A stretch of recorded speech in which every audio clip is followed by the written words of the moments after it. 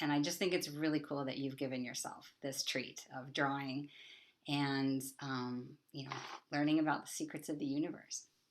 So we're gonna draw, but it's much more than drawing. This isn't just a class of like, here, get your compass out and draw some circles. There is so much significance and meaning in the geometry. This is a way to access universal intelligence. And whether or not you move in a world of energetics or understand or consciousness, um, we're gonna be tapping into a little bit of that. That's not true. We're going to tap into a lot of it. We're really going to explore, opportunities to use the drawing as expansive, right? And how it can reflect your growth. And a lot of this, I'm going to share a lot of information, but a lot of this is happening on other levels, right? Your highest self, you brought yourself to this class. Maybe there's part of you wanting, seeking more, wanting some expansion, and this class holds that potential for you. So a lot of levels, and I move in a world of energetics and, as I mentioned, consciousness and inner space and inner work. And I might look fairly reasonable, but I'm one of the more far out people you're gonna meet. I can guarantee that. So the reason I say that is it is an invitation. If you have some far out thoughts, please come forward. Please share. There is space. I can roll with you. I can match you and invite you to go to the next level. So, and I celebrate. I really celebrate when you want to get extraordinary, when you want to push into your next realm. So lots of good stuff. And I'll just say a little bit about why I am so passionate about this subject. Sacred geometry really has been a guide for me. There's a lot of reasons they call it sacred. We'll get into that. One of the reasons for that word is that when you start drawing these beautiful harmonic shapes, these perfectly balanced proportions, you begin to entrain yourself with that balance. You begin to create that harmony within yourself. It's really, really potent. I cannot possibly explain to you how extraordinary and powerful this stuff is. You'll just have to experience it for yourself. And I'm going to make that guarantee that you will have some kind of experience of a powerful reflection. You can't not. That's a lofty thing to do. So so as I went full immersion into my drawing process, which started with an obsession and just wanting to draw the sacred geometry, and then it evolved into more and more because I evolved. The geometry guided me. It connected me with my higher wisdom. It connects you with yourself, and that's where the expansion is. That's where the growth is. And my passion is to align with my higher self. That is my dedicated effort for this lifetime. And so the drawing led me to teaching, led me to other subjects, other off-worldly subjects, because we're talking about the universal language of math. And you can open up to very large cosmic levels of intelligence when you continue this. I don't want to scare you. It's not necessarily going to happen. But point is, that's where my evolution went. And so I really love to share that tool with everyone I can. This is a tool for accessing your highest capacity. So these are the levels I like to talk at, and that's another thing. If I go too far too fast, because I'm so immersed in this world, please slow me down. Please jump in, say, what are you talking about? Come on back. So that's what I want. And I live pretty far out, so please do rein me back in. I don't want to make assumptions. So that's my passion. That's why I'm here. I'm really excited to connect with all of you and see what you're about. We're going to do the seed of life. We are going to draw the fundamental pattern of the entire universe today. You're going to have the access code to really tap into a lot.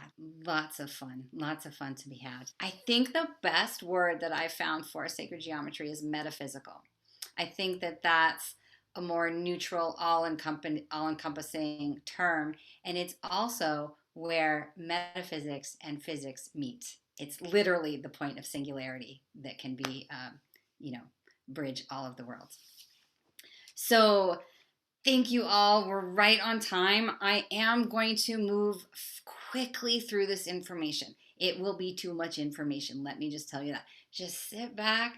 Try, don't worry about retaining any of it. The perfect amount is going to come in, and then the perfect amount is going to pass right by. But sit back, relax, and I'm going to, why does it do that? Always gets in my way. Slideshow. And we're going to play for the start. I hope I did this right. I don't remember how I set up the transitions. I want to encourage you to minimize your box of people. Like, just make it all small. Make me go away if you want, but I want you to be able to have the full screen experience. And I'll keep you guys up, but it can be more fun that way. So I think some mention they either think about the world as energy or vibration, and some haven't contemplated that. So the invitation is to really break the material world down into energy, frequency, and vibration. The concept that that's all there is, and that when you tap into that reality, it's interesting. It's way interesting and more potent, and you can really tap source energy when you go into look, I just can't help but use that word, energy, frequency, and vibration. And that's Nikola Tesla, right, who pioneered some very advanced technologies harnessing energy, frequency, and vibration. So I'm going to play this tiny little 2-minute clip. This is a cartoon patch from productions called Spirit Science. These are a ton of very user-friendly, like 12-minute vignettes about all the really complex stuff you ever wanted to know, like,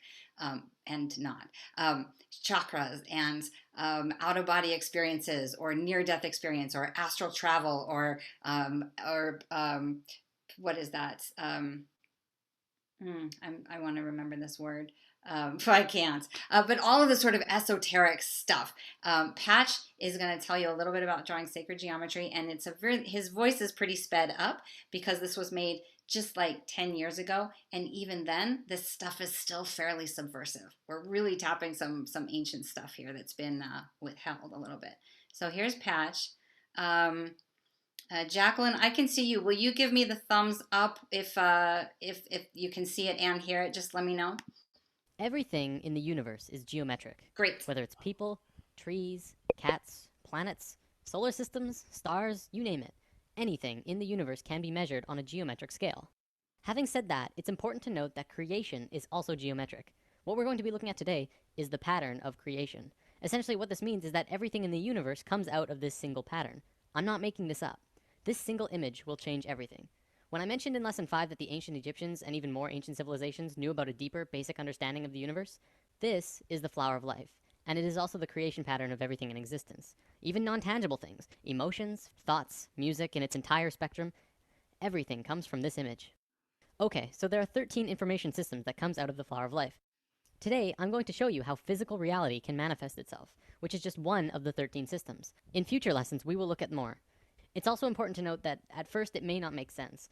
I ask that you do not choose immediately to shut this out, and just watch with an open mind, and try and see this in a new way.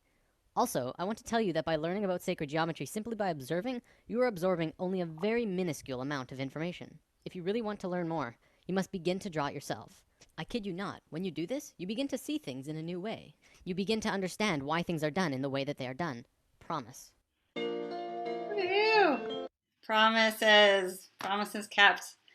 Okay, I love, Amy, that you're here because you're just an additional testimony. I mean, I'm not just this person endorsing this remarkable tool. So a couple of you mentioned the universal patterns, right? My hope with this class is that you start to notice all of the ways that we are similar, that the patterns repeat themselves, that as within, so without. There is no separation, and we're just going to keep seeing that over and over again. This is the fundamental shape of the phi ratio. You have it here in the nautilus shell. It's this infinitely expansive and contractive shape. We'll study that. We'll go into that in the next week. But you really see it. You see it at galactic levels, universal levels, and then also ancient. This is ancient patterns. These are formations that are tried and true and fundamental and everywhere, and they're on. Scope here on the planet. They're on, the largest scale, everything we know moves with this fundamental pattern at some form. And so it's large scale, it's small scale, and it's also, I just love the fiddle ferns and all of these. I got a little carried away with putting them in the presentation. But again, like starting to see everything in nature and all of the connection. And it's also, this is the phi. I'm so trapped in the linear progression of the slides. Sometimes I just want to go off. So that's what you're going to see. So this is the phi ratio. This is the golden mean and this beautiful spiral. We're really going to get into it next week in terms of the math. There's the golden mean. The phi spiral is sort of the more feminine, flowing aspect, and then it is partnered with the Fibonacci sequence, which is the mathematic, the squares, the harmonious balance to the phi, and let's see. It's this really extraordinary mathematical, what's the word? Not proportion, not ratio. Formula. It's a mathematical formula. And again, we're going to get more into it. But it's the only equation, that's the word, that only requires itself and adds on itself to build, right? So it doesn't require any other integers. And you can see here you have 1 and 2 is 3, and then 2 and 3 is 5, and 3 and 5 is 8, and onward. It just keeps adding to itself in this perfect interrelated harmony. And this is the this is a complex slide I put in here first. I'm going to tease everything. So here we have, normally we read like right to left, right? So 1 and 1 and 2, this is just spelling out the equation. 1 and 2 is 3, 2 and 3 is 5. 3 and 5 is 8, and on and on and on to infinity. That's a good point. Now, here's the hint that something really powerful is going on. You can also read that equation going down the first column. Here it is, 1 and 1 and 2, 2 and 3 is 5, 5 and 8 is 13, right? Now, cool, right? But you can do that on the inside column and the outside. So this is a mystical shape. We're talking about divine intelligence here, and it's fascinating, and we'll do more of it. And it's us. We are built on the phi ratio, the harmonics, the relationship of our body. It's this genius design that is perfectly proportioned, perfectly in relationship to itself, even down to our DNA. Our DNA is built in the phi ratio, the double helix. And it takes a minute to understand, the math of it, but we'll spend some time with it, so you'll get a little familiar with it, enough to tease you to go for more. That's what the intro class is I'm just going to drop a bunch of bombs.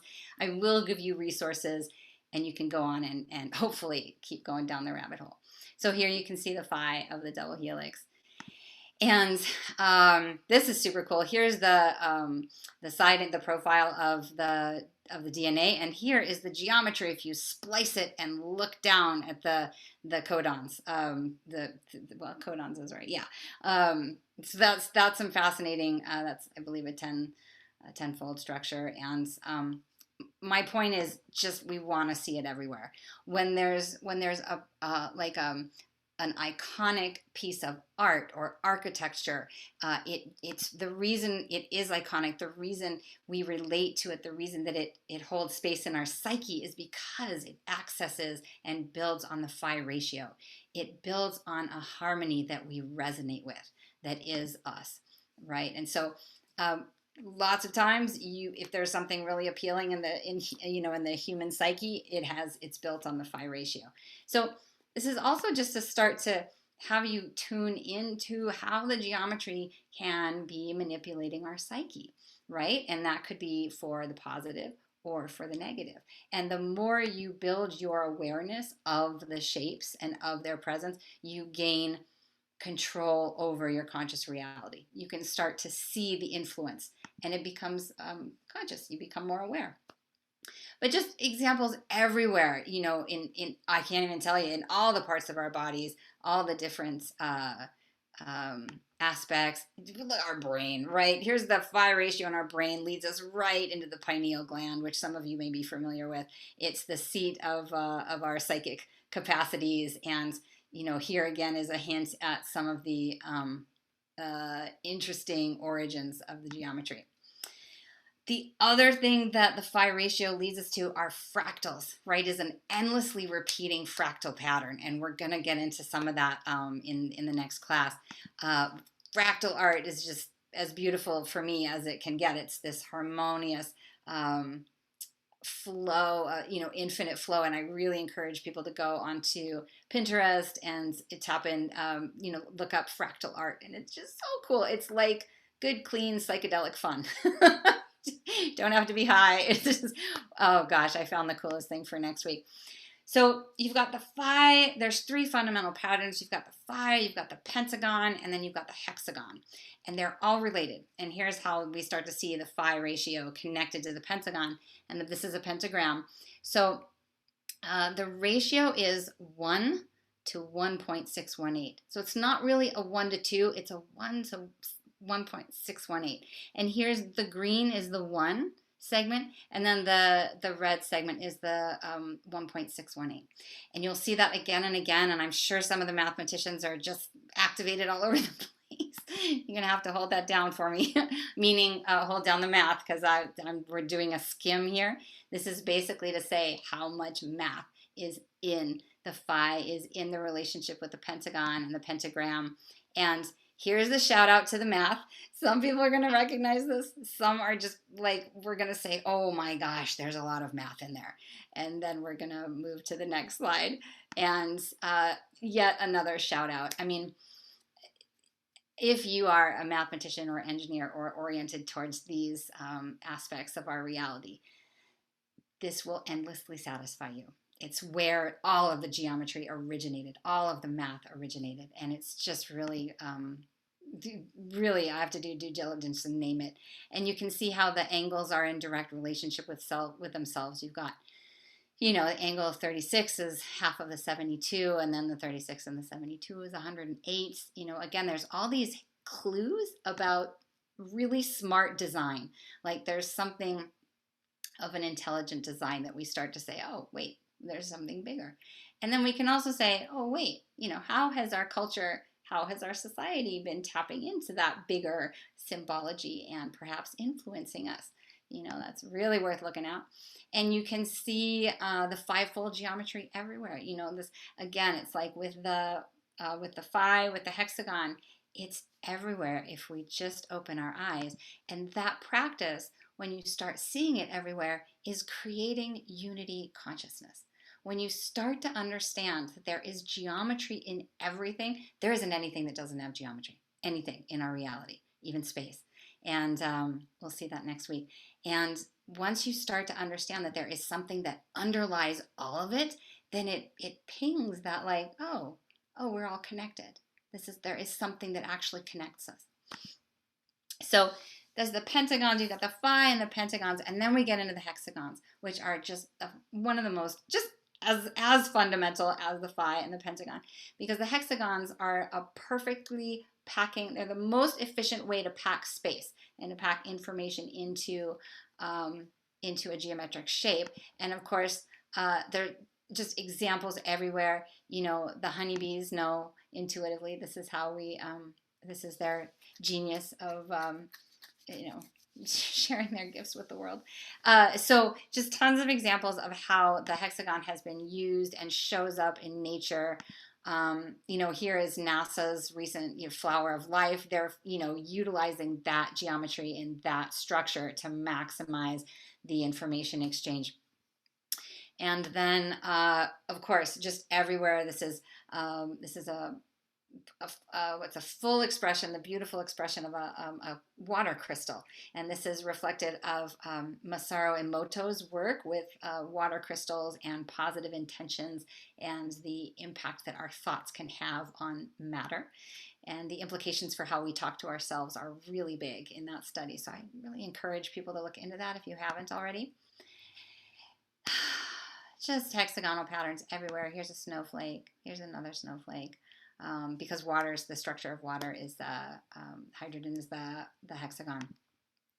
Here is a hexagon on the North Pole of Saturn. like wherever you want to go, you're going to find hexagons. And here's one of the places that hexagons and geometry took me. Is it must be mentioned that crop circles are an incredible phenomenon that are based primarily in geometry. There are genuine crop circles. There are man-made crop circles. That's a whole other conversation. I do a lot of classes on that. But point being, even in this sort of cosmic intelligence and imagery and symbolism, you see the geometry. So I do love to. We're going to look at this one. This is the Metatron. This is the Merkaba. This is a star tetrahedron. That one just pops as 3D right off the bat. And here's the flower of life, seed of life, different iterations. We're going to see that. I think we're going right into that. Yes. So this is the seed of life. We're going to draw that today, which expands into the flower of life. And we're going to get more into that on the third class. But here you can see the sixfold sides. This is basically hexagonal, right? And the other thing that's really worth mentioning is that there's not really a culture in our civilization that doesn't have some reference to the flower of life. It's usually referred to similarly as some like flower or celestial rose. Just they're pretty universal, and that starts to speak to like, gosh, where did this stuff come from? Like, what are the origins? If everybody's got this, what's going on here?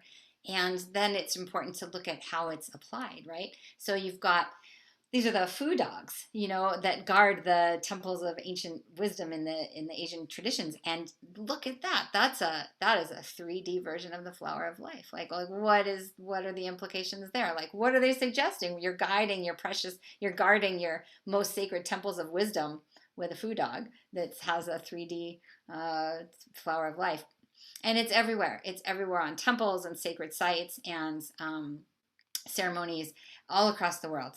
So that universal aspect is another piece of the sacredness. It's like, oh, we're all in that part together, and I really encourage everyone to research that a little bit. You're going to find it everywhere.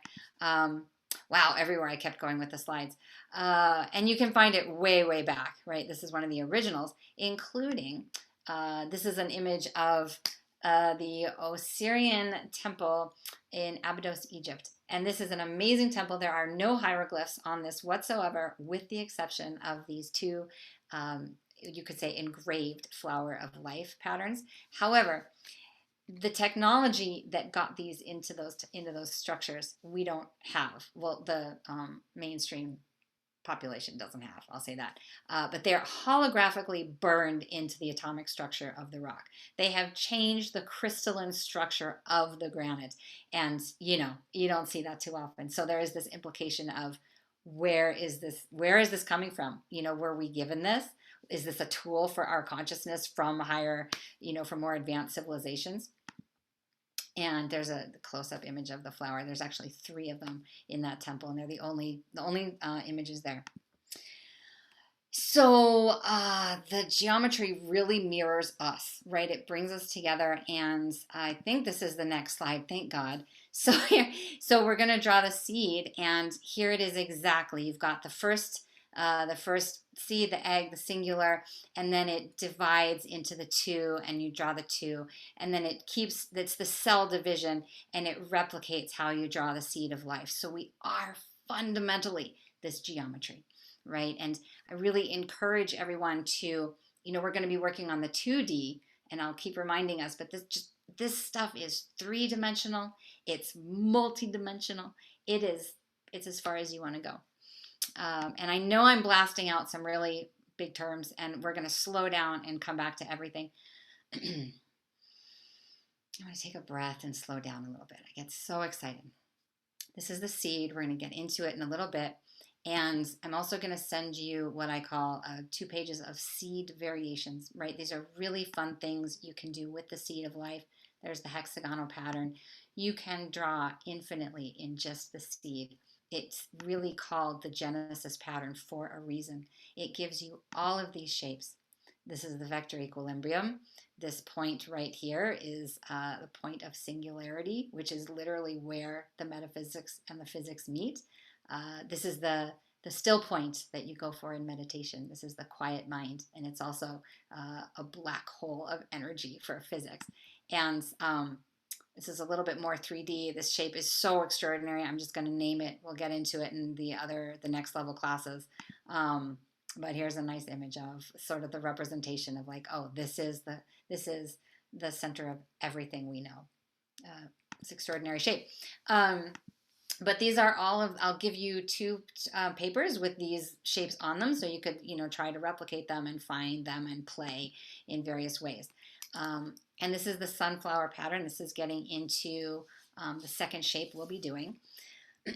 And so you can get this, you'll get this out of the seed of life. And it's essentially 2 seeds on top of each other. And so we'll be drawing this. And then when you take that center ring out, you start to get some of the dimensionality, because we're seeing the 2D version of what's actually, what did we do? Oh, where is it? Come on, brain. Where is it? There it is. The sunflower is the 2D version of the 3D, what's called the toroidal field, right? This is our electromagnetic field around us. So when we're drawing this pretty little sunflower based in the seed, on some level, we are tapping into our electromagnetic field, right? That's part of the magic of how this works. It's interfacing with your consciousness on realms that we are cut off from. Right? So we're going to be drawing the sunflower. We're really drawing the electromagnetic field of our human body. And it looks like this. It's a very alive shape. It is an input and output of intelligence and energy and information. It's how we stay alive. It's how we interpret our known universe. It's how we know how to move in the world. This is just fundamental stuff. I hope everybody's like getting the gist of how big this is. So everything has an electromagnetic field. So when you're drawing the sunflower, you're tapping into everything and all of the dimensions, and it can expand as much as you like, kind of like the phi. And if you're into meditation or spiritual practice, you can expand your field larger and larger, especially from your heart center. And this is just a shout out to some really cool art you can find about all of geometry online. Again, Pinterest is just a really cool source for finding images and surrounding yourself with them. This is Metatron's cube, by the way. This shape, not a great representation for your first viewing, but this is what we're going to be drawing next week. Looks really complicated. It's really user-friendly. Once again, shout out to the crop circles. Here's, this is a 24-fold sunflower, right? So this is, sunflower is 12. This is 24 iteration. And got a little carried away putting 2 of them in there. But I also like to share some art. I like to open up the neural pathways so that people can see some of the different ways to use the geometry. And it's infinite, right? The ways that you can focus on the different patterns. This is such a cool shape. Obviously the root is in the sunflower. And I had this guy at one of the intro classes like a couple years ago. He was a savant, and he popped this thing out in the class time. He saw this slide and he just made it and he drew it. And it was like, I was so blown away. So this is to say that you can get, you can take it as far as you want to go. Are we there? Are we getting into it? We are. We're there. Let me get back to it. I'm going to come out of screen share and then we're going to check in. We're going to talk about using a compass, and we're going to get right into it. So, thoughts, questions, anything before we jump in? I know it's so much. It's so much. It's like a fire hose of information.